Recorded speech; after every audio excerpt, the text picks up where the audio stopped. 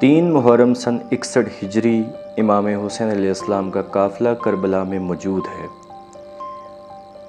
عمر ابن سعد کوفہ سے 4000 لشکر لے کر کربلا پہنچ جاتا ہے۔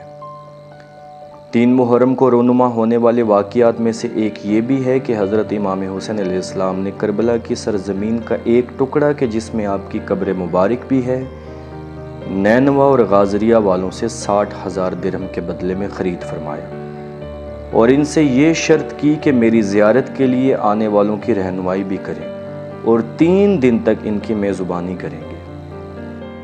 جب عمر ابن سعد کو اس بات کا علم ہوا کہ حسین ابن علی کربلا میں پہنچ چکے ہیں تو اس نے اپنے ایک سفیر سے کہا کہ وہ امام کے پاس جائے اور ان کے کربلا آنے کا مقصد معلوم کرے۔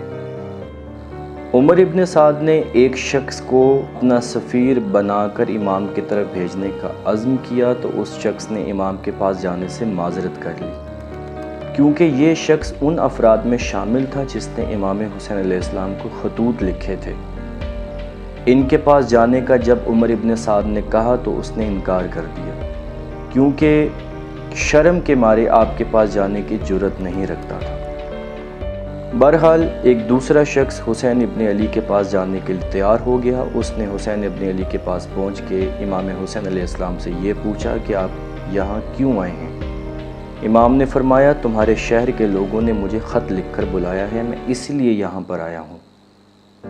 بس وہ شخص عمر ابن سعد کے پاس واپس آیا اور اس کو تمام تفصیلات سے آگاہ کیا۔ یہ سن کر عمر ابن سعد نے کہا، امید ہے کہ خدا مجھے حسین کے ساتھ جنگ کرنے سے بچا لے گا۔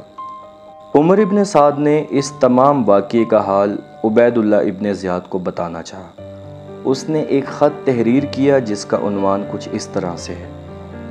جب میں اپنے لشکر کے ساتھ حسین اور اس کے ساتھیوں کے پاس جا کر قیام پذیر ہوا تو اس کی طرف ایک قاصد بھیجا کہ اس کے یہاں آنے کا مقصد دریافت کرے، تو اس نے جواب میں کہا ہے، اہل کوفہ نے مجھے خط لکھ کر اپنے قاصد میرے پاس بھیج کر مجھے یہاں بلایا ہے۔ ابن زیاد نے عمر ابن سعد کا خط پڑھا اور اس نے کہا،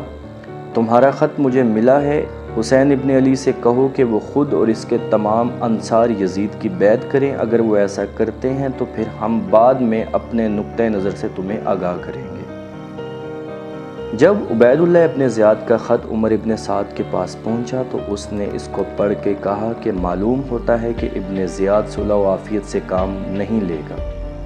بہرحال عبید اللہ ابن زیاد عمر ابن سعد کو کربلا روانہ کرنے کے بعد کربلا کی طرف لاتعداد اور بے شمار لشکر بھیجنا چاہتا تھا، مگر وہ سوچ میں پڑ گیا۔ بعض مورخین لکھتے ہیں کہ کوفہ کے لوگ امام حسین علیہ السلام کے ساتھ جنگ کرنے کو ناپسند کرتے تھے۔ ابن زیاد جسے بھی امام کے ساتھ جنگ کرنے کے لیے بھیجتا وہ وہاں سے واپس آ جاتا، لہٰذا اس نے سوید بن عبد الرحمن نامی شخص کے ذمہ یہ ڈیوٹی لگائی کہ وہ اس بارے میں تحقیق کرے کہ لوگ جنگ سے کیوں فرار اختیار کر رہے ہیں اور بھاگ کر آنے والے کو گرفتار کر کے میرے پاس بھیج دے۔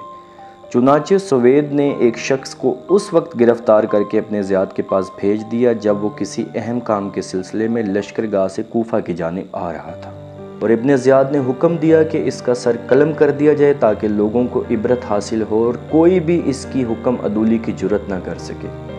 مورخین نے لکھا ہے کہ وہ شامی اپنی میراث کے حصول کے سلسلے میں کوفہ آیا ہوا تھا۔ 4 محرم سن 61 ہجری اس دن عبید اللہ ابن زیاد نے لوگوں کو جامع مسجد کوفہ میں جمع کیا اور خود منبر پر جا کر یوں تقریر کی، اے لوگو، تم نے یزید کے بزرگوں کو خوب آزمایا ہے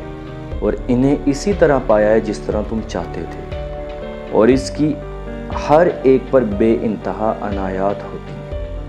اب یزید نے مجھے حکم دیا ہے کہ میں اس کے عطائیے اور اعزازیے میں مزید اضافہ کر دوں جو وہ تمہیں دیا کرتا تھا۔ اس نے تمہارے درمیان تقسیم کرنے کے لیے بہت سی رقم ابھی بھیجی ہے تاکہ اس کے دشمن حسین ابن علی کی طرف جنگ کرنے کے لیے روانہ ہو جاؤ۔